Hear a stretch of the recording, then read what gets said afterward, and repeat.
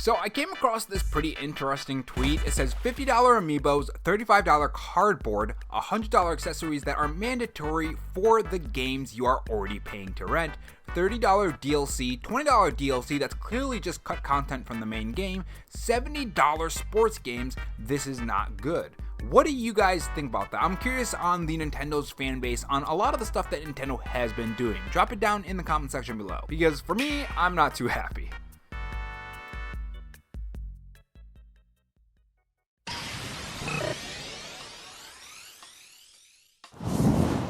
Hey guys, it's Rob here, and welcome back to the Robo Show, where we take the gaming news format that channels like Spawnwave or Arlo do, add a dash of animation and some cool editing on top to bring you your gaming news, leaks, and rumors in a fresh new way. So in this video, we do have some new Nintendo Switch news to talk about. Some of it does have to do with new details that we are getting from Nintendo from things that they showed at the Nintendo Direct. There's also an ex-Capcom composer saying some pretty interesting things about things like game keycards, so we're going to talk a bit about that. And yeah, overall, a mixed bag of stuff to talk about today. So of course, Mario Galaxy being on the Wii, it uses the Wii controller, and of course it's going to be using some of the motion controls on the Nintendo Switch 2. I think some people were wondering, well, if that's the case, is it going to work with the mouse with the Nintendo Switch 2? Well, good news here, we got this recent article from Nintendo Everything. The title is Super Mario Galaxy plus Super Mario Galaxy 2 to offer mouse controls on Nintendo Switch 2. So this is what they had to say. Another tidbit has surfaced about Super Mario Galaxy plus Super Mario Galaxy 2, revealing that mouse controls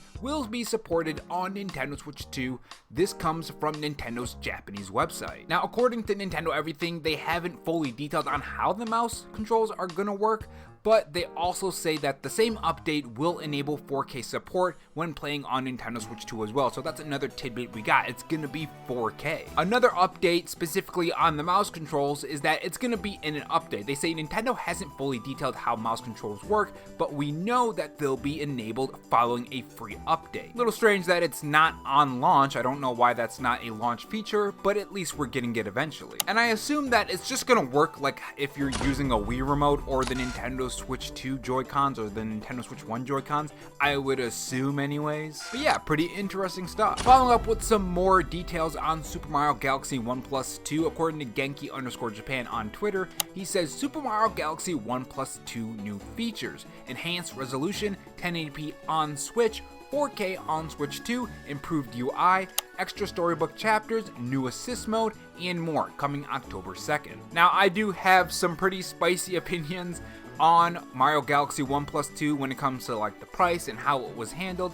If you guys want to watch that, click the top right corner of this video, and if not, let's talk about the next topic. Oh, and right before, actually, Super Mario Galaxy file size is 3.3 gigabytes and Super Mario Galaxy 2 is 2.6, according to Stealth40k over on Twitter, if anyone was curious on the size of these games. But yeah, moving on to some more Mario news about the Mario movie. So we might actually know what the bad guy is for Super Mario Galaxy the movie. So according to Minions_fanboy over on Twitter, rumor, Sinopolis El Salvador mentions Mario, Luigi, Peach, and Yoshi fighting against Wario and Bowser Jr. on their Instagram post for the teaser of the Super Mario Galaxy movie. Now, I do find that pretty interesting because I always thought it would have to do something with Rosalina and, you know, the Super Mario Galaxy movie, but if it's gonna be Wario, I wonder how that plays into the Galaxy side of Super Mario. I don't know, it's gonna be pretty interesting. Let me know what you guys think about that down in the comment section below, and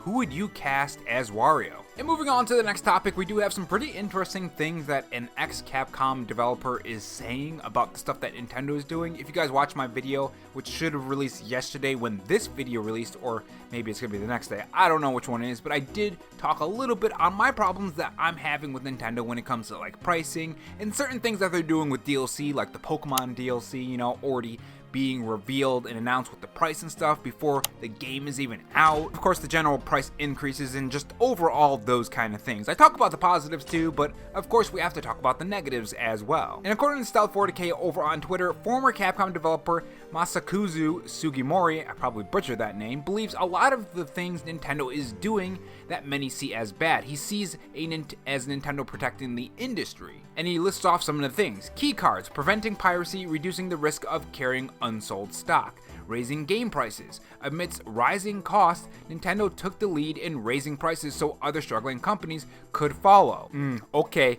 Oh, okay. I mean, I'm sorry, but that's kind of dumb. That is completely dumb in my personal opinion. They didn't do it so other people could raise the prices. Come on. They did it because they want more money. Like, I'm sure things getting more expensive played a part in it, but let's be honest, when they saw the chance to increase the price, they probably were happy because they're going to be making more money. Cutting online services for past hardware.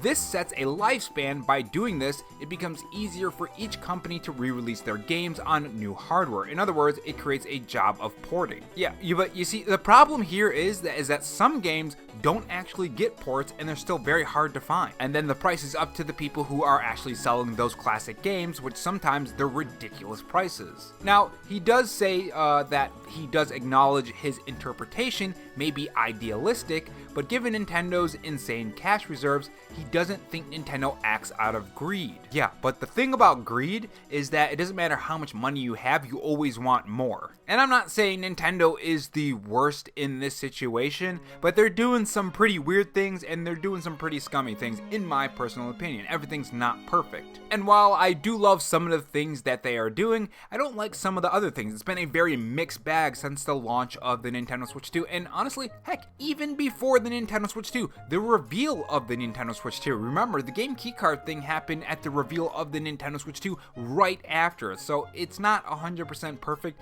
I wouldn't even say good. I think there are some good things, but I think there's a lot of bad things too. And I don't really agree with what he calls maybe idealistic on the game keycards, the raising the game prices, especially the raising the game prices. Amidst rising costs, Nintendo took a lead in raising prices so other struggling companies or game companies could follow. I don't know about that, man. I really don't know about that. I mean, there's idealistic and then there's, I mean, I don't want to say, I'll just say ass kissing. There's idealistic and then there's ass kissing. And that's kind of what that sounds like. But yeah, what do you guys think about that? The game keycards, the raising game prices, and the cutting online services of past hardware. Do you agree with his words on that? Because honestly, this tweet right here perfectly gathers up a lot of the things that people are having problems with. Bring Back Banjo K over on Twitter says $50 amiibos, 35 cardboard, $100 accessories that are mandatory for games you're already paying for, which means the Nintendo Switch Online games that you're basically renting out when you have the online service, $30 DLC, $20 DLC that's clearly just cut content from the main game, and $70 sports games. And remember, Doug Bowser is on record saying that they're going to be doing variable pricing, but when they make games that are sports games for $70 and then they put the $40 for Mario Galaxy 1 and 2 and $70 in a pack, and then Tears of the Kingdom is $70, it's all over the place. So very clearly, the quality of the game doesn't matter. It's just how much money Nintendo wants to make off of the game. And again, like I said in my video, when I made a video on that, at the end of the day, these are just games. It's not the end of the world, right? But yeah, let me know what you guys think about today's topic in the comment section below. What do you think about Mario Galaxy 1+2? I don't know why I said 1+2. Mario Galaxy 1 and 2. What do you think of the upgrades? Do you think they're really poor upgrades, or do you think they're worth the price? What do you think about the Capcom, or I should say ex-Capcom developers' words on all the things like game keycards, the raising pricing, and all of that stuff? Thanks for watching, guys, and I will see you guys in the next video. Take care.